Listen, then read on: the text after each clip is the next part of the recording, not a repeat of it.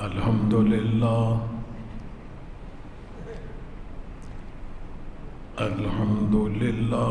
نحمده ونستعينه ونستغفره ونؤمن به ونتوكل عليه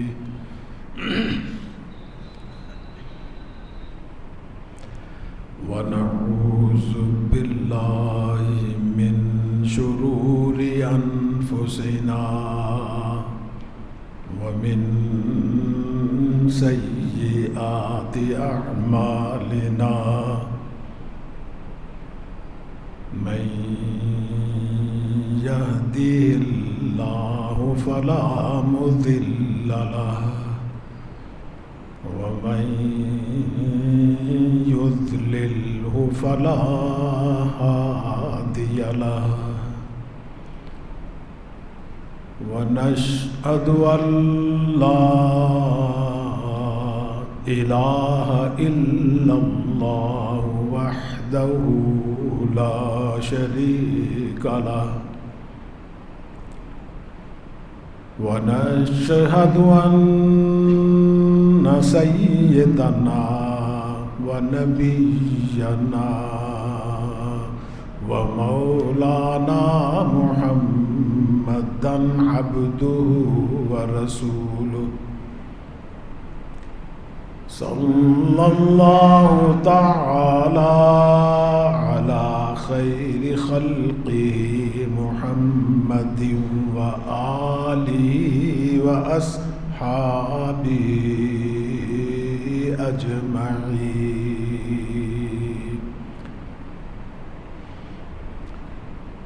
أما بعد فقد قال النبي صلى الله عليه وسلم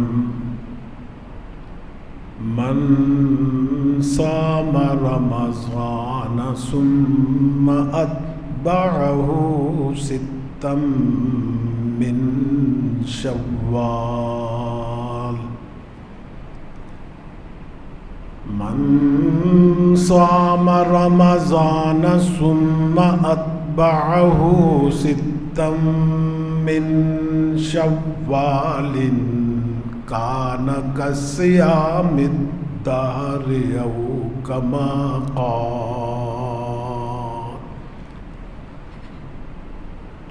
كما قال النبي صلى الله عليه وسلم. صدق الله مولانا العظيم وصدق رسوله النبي الكريم ونحن على ذلك من الشاهدين والشاكرين والحمد لله رب العالمين.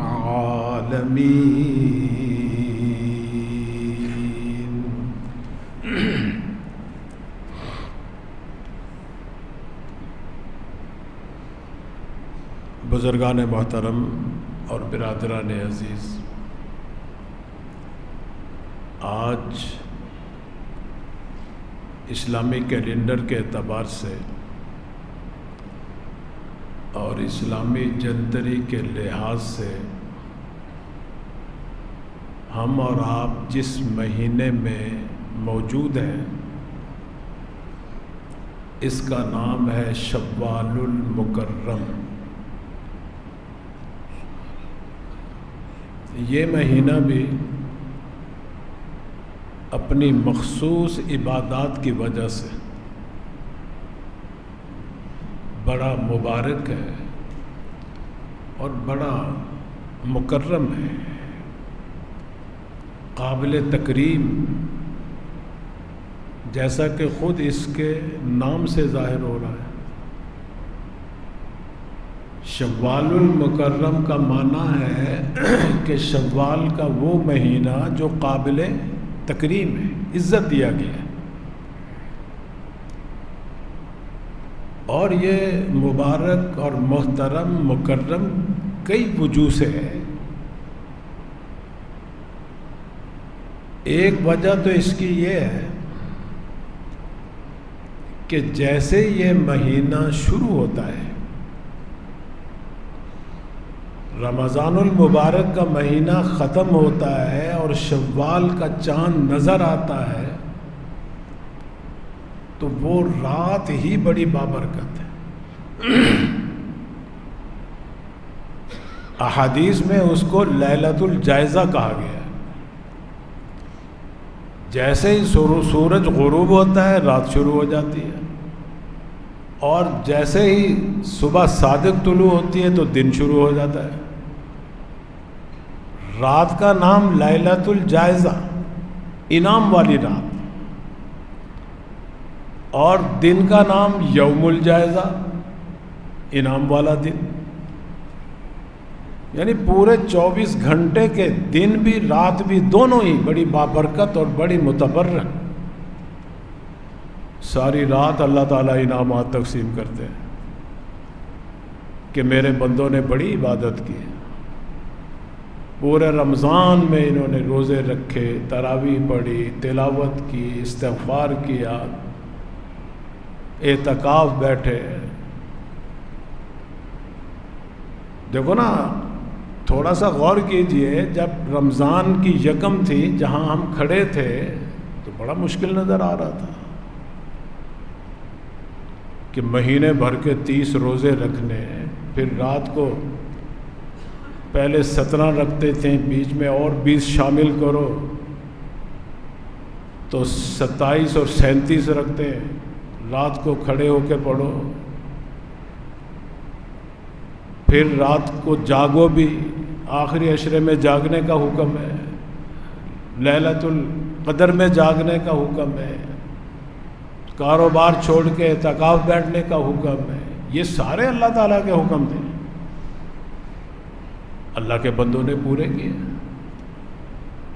جیسے کیسے چلتے چلاتے، بھوکے پیاسے، گرتے پڑتے ہم نے یہ منزل طے کی،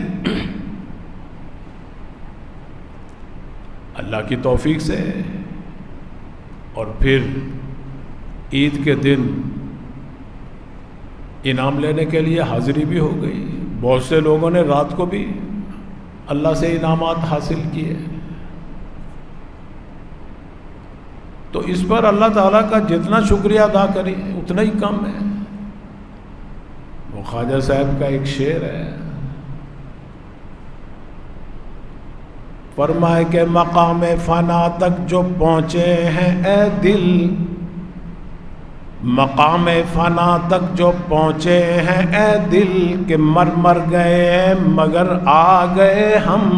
یا اللہ، جیسے کیسے گرتے پڑتے بھوکے پیاسے آ گئے تو دربار شاہی میں، اب انعام تو تو نے دینا، بخشش کا انعام دیں، مغفرت کا انعام دیں، صحت کا انعام دیں، تندرستی کا دے، زندگی کا دے، ایمان ہمارا مضبوط رہے، آخر وقت تک قائم دائم رہے۔ یہ سارے انعامات ہیں۔ روزی میں برکت دے، کاروبار میں برکت دے، ہمارے اولاد کو ہمارا فرما بردار بنا دے، تابع دار بنا دے۔ یہ ساری رات اللہ تعالیٰ انعامات تقسیم کرتے ہیں، عید والی رات اور دن کو بھی ساری رات۔ لیکن بھئی یہ ملتا اسی کو ہے جو لینا بھی چاہے، جس کے دل میں انعام لینے کی تڑپ ہو اس کو ملے گا، ورنہ تو دیکھو نا، بہت سے لوگ ساری رات شاپنگ میں گزار دیتے ہیں، بازاروں میں گزار دیتے ہیں، موٹر سائیکلوں پہ سیر سپاٹے میں گزار دیتے ہیں، روزے بھی رکھے، تراویح بھی پڑھی، اعتکاف بھی کیا، سارا کچھ کیا، لیکن رات ضائع کر دی۔ انعام لینے کا باری آئی تو کھیل کود میں مصروف ہو گئے۔ تو بھی اللہ تعالیٰ کی ذات بھی بڑی بے نیاز ہے۔ اگر تم، حالانکہ ہمیں تو نیاز مندی اختیار کرنی، ہم تو بندے ہیں اللہ کے، بندے کا معنی تو سر خم تسلیم ہے، لیکن جب ہماری طرف سے بے نیازی ہوتی ہے تو پھر اللہ تعالیٰ بھی بے نیاز ذات ہے، وہ تو ہے ہی بے پرواہ۔ خود اللہ نے اپنی شان بیان کی ہے، فرمایا کہ قل هو اللہ احد اللہ الصمد. صمد کا کیا معنی ہے؟ یہ اللہ کا نام ہے کہ اللہ بے نیاز ذات ہے. ساری دنیا مل کر بھی اگر کوئی اس کی پرستش نہیں کرتی، بندگی نہیں کرتی، عبادت نہیں کرتی، اطاعت نہیں کرتی، تو اس کی شاہی میں ایک بال کے برابر بھی فرق نہیں آئے گا. حکمرانی قائم ہے اس کی. اس کے خلاف کوئی عدم اعتماد کا ووٹ بھی نہیں لا سکتا. ساری دنیا مل کر بھی نہیں اس کی حکومت ختم کر سکتی، اس کا اقتدار نہیں ختم کر سکتا. تو اللہ تعالیٰ تو دلوں کی تڑپ کو دیکھتے ہیں. تمہارے دل میں اگر تمنا آرزو پیدا ہوگی تو فوراً راستے کھول دیں گے اللہ تعالیٰ. اب دیکھو نا، بہت سے مسلمان ہمارے اپنے محلے میں ایسے ملیں گے، گاؤں میں ملیں گے، شہر میں ملیں گے، ان کو علم ہی نہیں ہے کہ رمضان آیا ہے اور کب آیا، کب چلا گیا. ہٹے کٹے، صحت مند، تندرست، توانا، کوئی عذر نہیں انہیں، نہ جسمانی نہ کوئی اور. لیکن نہ روزہ رکھا انہوں نے، نہ تراویح پڑھی، نہ مسجد میں حاضری ہوئی، نہ اعتکاف کا کوئی عبادت بھی نہیں کی انہوں نے. یہ صرف اس وجہ سے کہ انہوں نے دل میں اللہ کی طرف رجوع ہی نہیں کیا. تو اللہ تعالیٰ طاقت کو نہیں دیکھتے، نہ دولت کو دیکھتے. وہ تو بے طاقتوں کو بھی طاقت عطا فرما دیتے ہیں اگر توجہ ہوگی اللہ کی طرف، تڑپ ہوگی، جستجو ہوگی، تمنا ہوگی، رجوع ہوگا. پھر دیکھو، پھر کمزور سے کمزور، بے طاقت سے بے طاقت کو بھی اللہ تعالیٰ توفیق دے دیتے. دیکھیے واقعہ یاد آ گیا. ایک بڑے ذمہ دار تھے، شکار کرنے چلے گئے. شکاری بھی تھے وہ، ساتھ اپنے خادم کو لے گئے، ملازم کو لے گئے. اب شکار کرنے کے لیے جنگل میں پھر رہے ہیں کہ کوئی شکار نظر آئے اور شکاری کریں اسے. چلتے چلاتے ایک گاؤں آ گیا، ویران سا گاؤں. مسجد بھی ایک تھی وہاں بنی ہوئی. تو وہ جو ساتھ ان کے خادم تھا، ملازم تھا، کہنے لگا کہ آقا اگر اجازت دو تو میں ظہر کی نماز پڑھ لوں.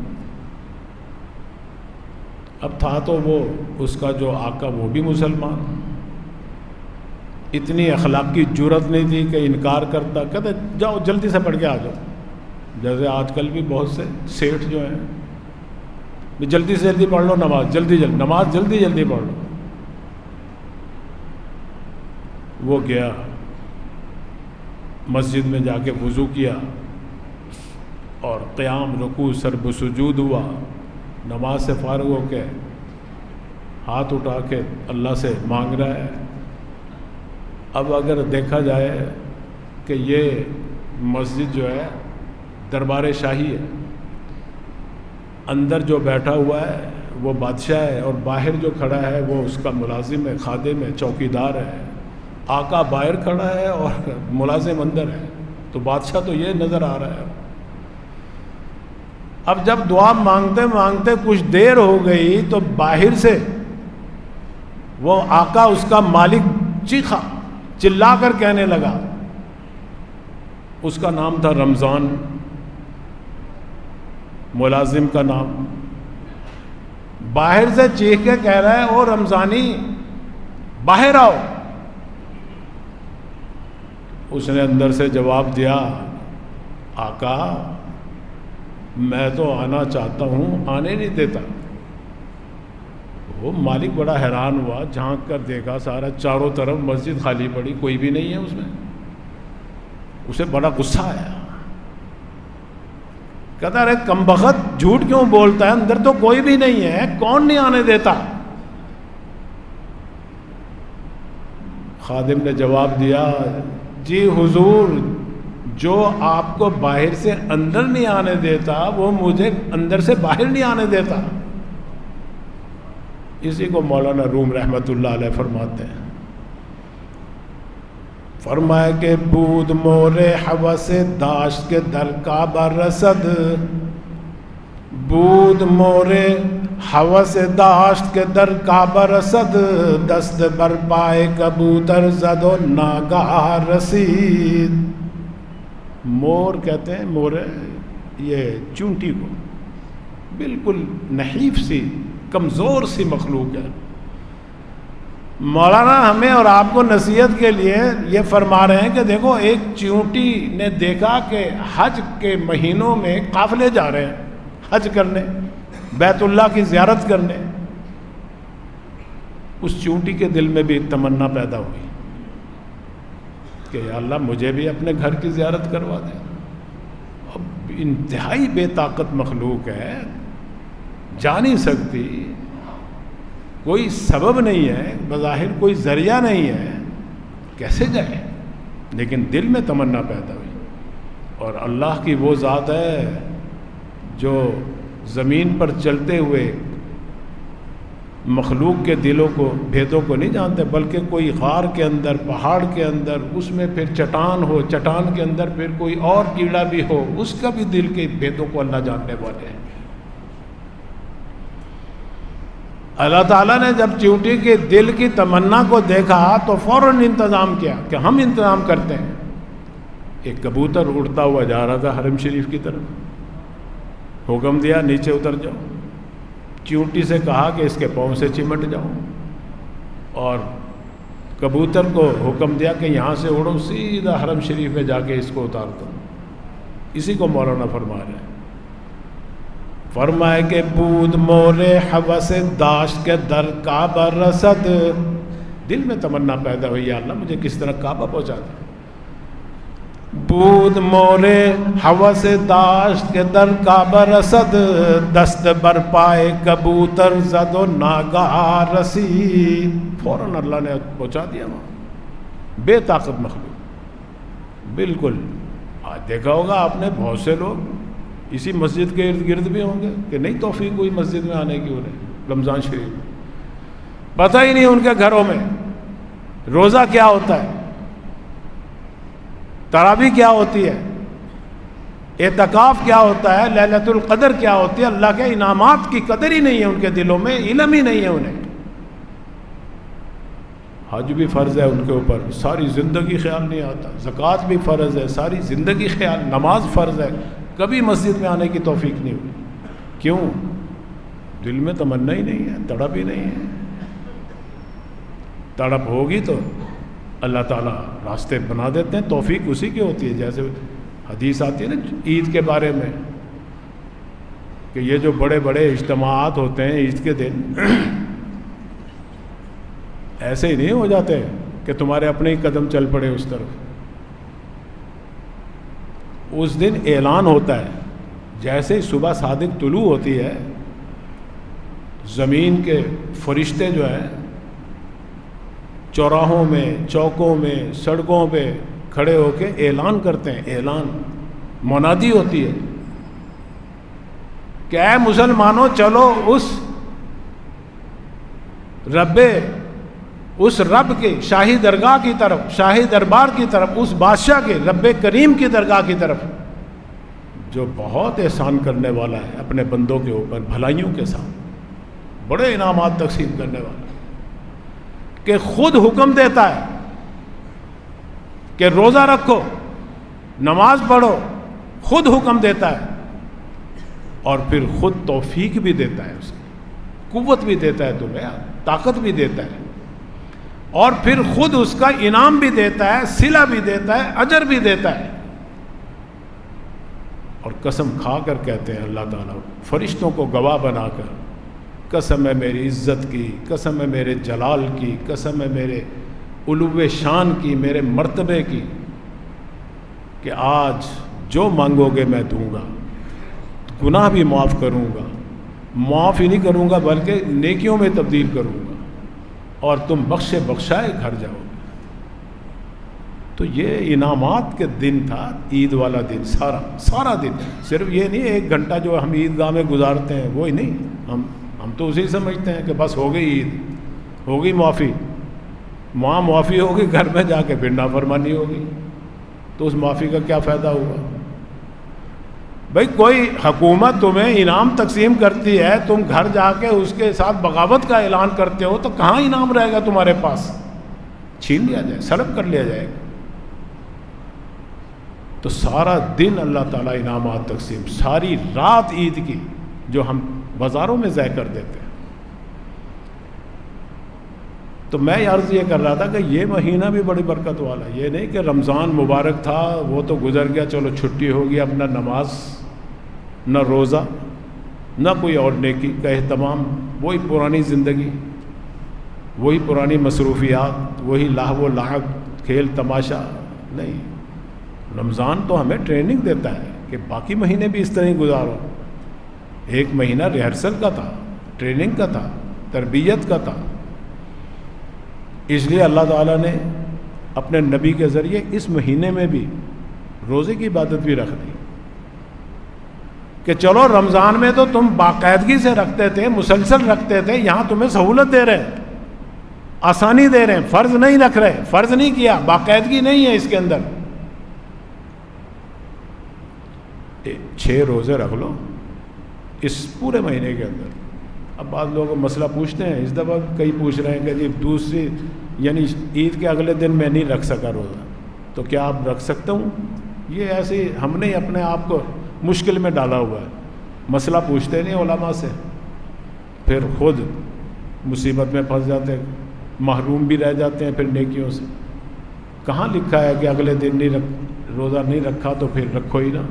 نہیں، یہ تو شوال کا، اللہ کے نبی جو ہے شوال کے مہینے کا بیان فرما رہے ہیں۔ فرمایا کہ من صام رمضان ثم اتبعہ ستا من شوال، پورے مہینے کا فرما رہے ہیں کہ جس نے رمضان کے پورے روزے رکھ لیے اور پھر شوال کے مہینے کے اندر بھی 6 روزے رکھ لیے پورے مہینے کے اندر، اگلے دن نہیں شروع ہے تو اسے اگلے دن کر لو، 3 شوال سے شروع کر لو، 4 سے کر لو، 5 سے کر لو، پھر مسلسل رکھ لو، لگاتار رکھ لو، نہ رکھو، ایک دن چھوڑ کے ایک دن رکھ لو، 6 پورے کر لے۔ جب 6 پورے ہو گئے تو پھر رمضان کے روزے ان روزوں کو ملا کے ایسے ہے جیسے پورے سال تم روزے ہی سے پورے سال کا ثواب ملے گا، اور ہر سال اس پہ عمل کرتے رہو گے تو پوری زندگی کا ثواب ملے گا۔ اور پھر اسی مہینے کے اندر ایک مالی عبادت بھی تھی، وہ اسی مہینے کے ساتھ، اسی مہینے کی 1 تاریخ کے ساتھ، پہلی تاریخ کے ساتھ ہی ہے، اگرچہ ہم سہولت کے لیے کہہ دیتے ہیں کہ رمضان میں بھی ادا ہو جاتی ہے، وہ مالی عبادت ہے۔ جیسے آپ نے بدنی عبادت ادا کی عیدگاہ کے اندر جا کر 2 رکعت کے ذریعے شکرانے کے، اور وہ بھی ضروری تھے، واجب تھی، اسی طرح فطرانے کی عبادت یہ مالی عبادت ہے، اور عید کے دن کے ساتھ خاص ہے۔ جس شخص کے اوپر جو صاحب نصاب ہو، اپنی طرف سے بھی اور اپنے نابالغ اولاد کی طرف سے بھی فطرانہ اس پہ ضروری ہے، واجب ہے۔ صبح صادق جس پہ گزرتی ہے، عید کا دن جس پہ آ جاتا ہے، اس کو دینے ہوتا ہے۔ اور اگر کسی نے نہیں دیا، ورنہ پہلے تو لوگ ایسے بھی کرتے تھے کہ راستے میں چلتے جاتے تھے، دیتے رہتے تھے، یا عید سے فارغ ہوئے بیچارے بہت سے بھکاری بیٹھے ہوتے، غریب ہی ہوتے ہیں، وہ ان کو دے دو، سنت پہ عمل ہو جائے گا۔ جو رمضان شریف میں جو ادا نہیں کر سکے تو اس کا یہ مطلب نہیں کہ اب جان چھوٹ گئی ان کی، اب بھی دے سکتے ہو، اب بھی دینا ضروری ہے، قرض ہے اللہ کا تمہارے اوپر۔ بعض کہتے ہیں جی صاحب ہم نے کون سا روزے رکھیں جو ہم فطرانہ دیں؟ روزے رکھیں یا نہیں رکھیں؟ جیسے رمضان میں بعض لوگ مسئلہ پوچھتے ہیں جی رات تراویح نہیں پڑھی تو صبح روزہ رکھوں یا نہ رکھوں؟ بعض لوگ تراویح نہیں پڑھتے کہ اگر تراویح پڑھ لی ہم نے تو روزہ پڑ جائے گا، یہ بھی غلط مسئلہ اپنا آپ ہی بنایا ہوا تم نے۔ روزہ الگ عبادت، تراویح الگ عبادت، فطرانہ الگ عبادت، سب الگ الگ عبادت ہے۔ ہاں یہ ہے کہ جو اگر روزے رکھیں آپ نے اور فطرانہ ادا نہیں کیا تو اللہ تعالیٰ روزے بھی درمیان میں معلق کر دیتے ہیں کہ یہ جب ادا کرے گا تو میں اسے قبول کروں گا۔ تو اس لیے اگر جنہوں نے ابھی تک فطرانہ ادا نہیں کیا وہ فطرانے کی بھی فکر کریں۔ اللہ تعالیٰ ہم سب کو توفیق دے۔ وآخر دعوانا الحمدللہ۔